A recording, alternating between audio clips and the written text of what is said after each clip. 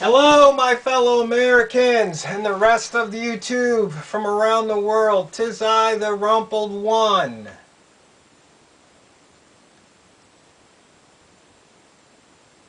Have black lives ever mattered? You know, the people in Black Lives Matter, some of the people in Black Lives Matter are really acting a fool. Basically a disgrace to the race.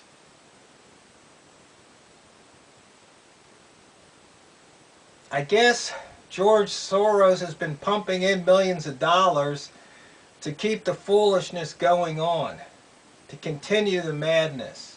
We need to stop the madness. You see, because this whole thing about Black Lives Matter, all lives matter, people are missing the point. You know, they have that, what is it, Susan B. Corman, breast cancer awareness, the pink ribbons, and you know, they have these events. Do you see anybody going in there around saying all cancer matters? Like, what about prostate cancer? What about lung cancer? What about throat cancer? No. You see, they're focused on that type of cancer. And if you were to go in there and try and disrupt their event or say all cancer matters, you know, you would be looked at like a fool. But for some strange reason, when some people say Black Lives Matter, they go, oh no, all lives matter.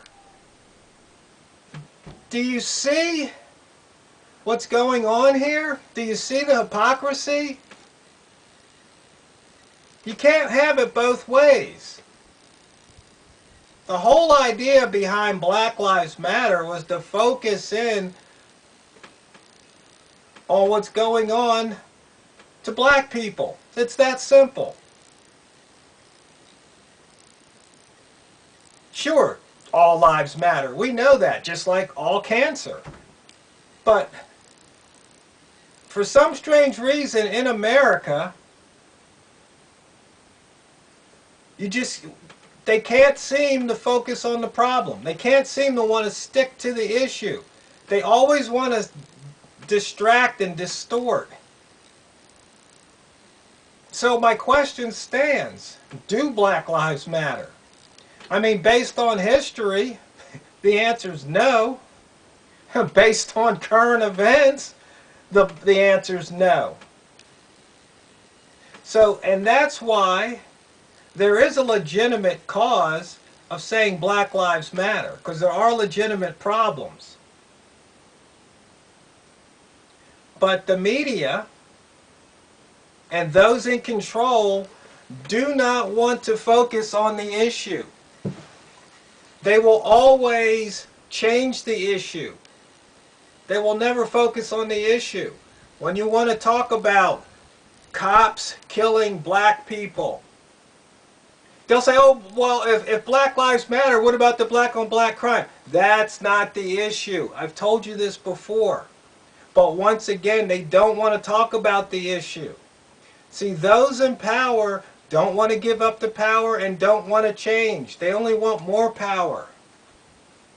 So long as they can take the dialogue and change it and spin it and get just enough fools and put them on TV, and so everybody goes, see, they won't ever get to the heart of the issue. And that's the problem. You see, you don't have to get all mad and irate to deal with the problem. You just state the problem calmly, and now let's discuss it.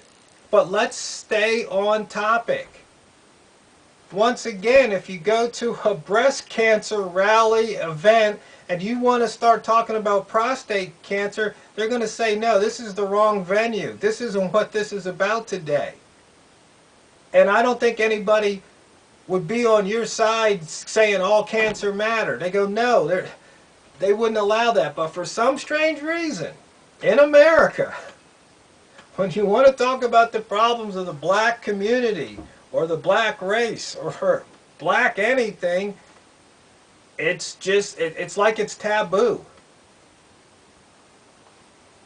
Because those in control don't want to own up to their responsibility. It's that simple. I mean, I'm kind of chuckling because once you see through the matrix and you can see things for how they truly are, it really is funny because they keep trying to do it, and it's just like, you know, you can't. Once you open the door and you see through it, you know what's going on. You can't unsee it. You can't unthink it.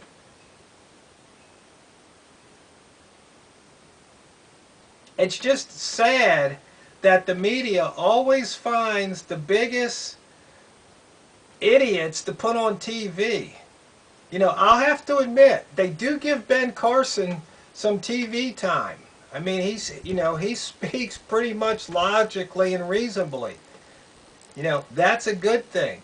But if you compare the TV time versus all the rest of the idiots like Al Sharpton and some of those other ones, it's way out of balance. So, my fellow Americans, you probably have an opinion on the subject, might even be strong, might be very strong, but I think, you know, when it's all said and done, you have to look at it and say, you know what, there are problems. There are many problems.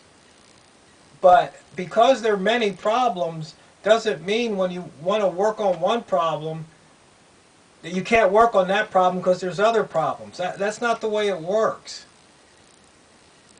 So yes, black on black crime, that's a big problem. Huge.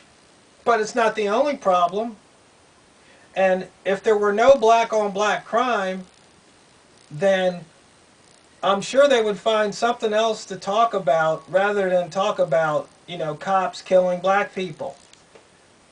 Because if I were to drive somebody around in the back of my truck and they wound up with a broken neck and died, I'm sure the DA would be indicting me.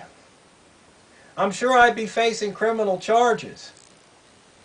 But somehow, these guys who are wearing a badge, they got a free pass. Somebody needs to be held responsible and held accountable for the death of that man, Freddie Gray. I mean, it's just that simple. When police take you in custody, they're your guardian. They're your custodian. And they have a responsibility to make sure you stay alive.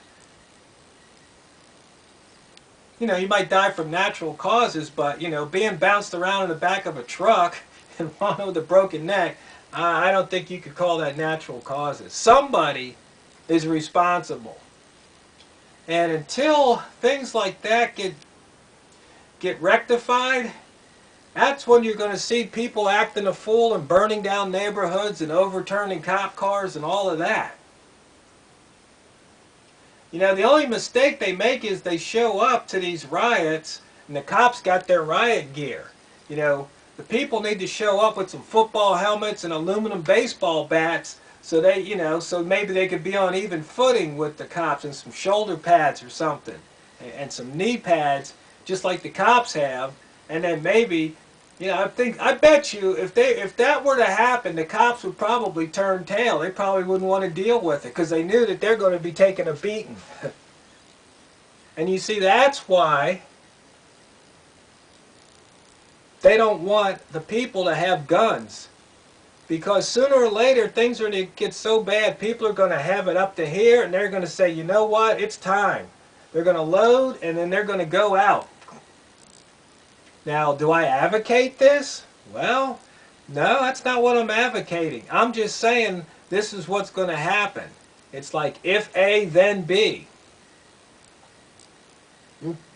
People can only get pushed around, kept down for so long. Sooner or later, they're going to rise up. And when they do, you know, there's going to be some blood spilled. As Thomas Jefferson wrote. I mean, the forefathers, you know, they did some good things. You know, they wrote the Constitution and Bill of Rights. They didn't get it quite right, but, you know, there's some fundamental principles there that, you know, we should be holding true. We should be, you know, holding up. And our elected officials have let us down. You know, we need congressional term limits. You know, we need to see Hillary indicted. You know, we need to see justice. I mean, they're going to try and get this guy who took pictures on a sub. He's saying, well, hey, Hillary did the same thing. Why are you picking on me? I want the Hillary Clinton defense. Oh, I didn't know. It wasn't my intention. It doesn't work for you and me. Why does it work for her? You see, it's this kind of tyranny that goes on and on and on is why the people in the black community have to say Black Lives Matter. Because obviously, through empirical evidence, in the United States of America, black lives have never mattered. And it's about time you wake up and smell the tyranny.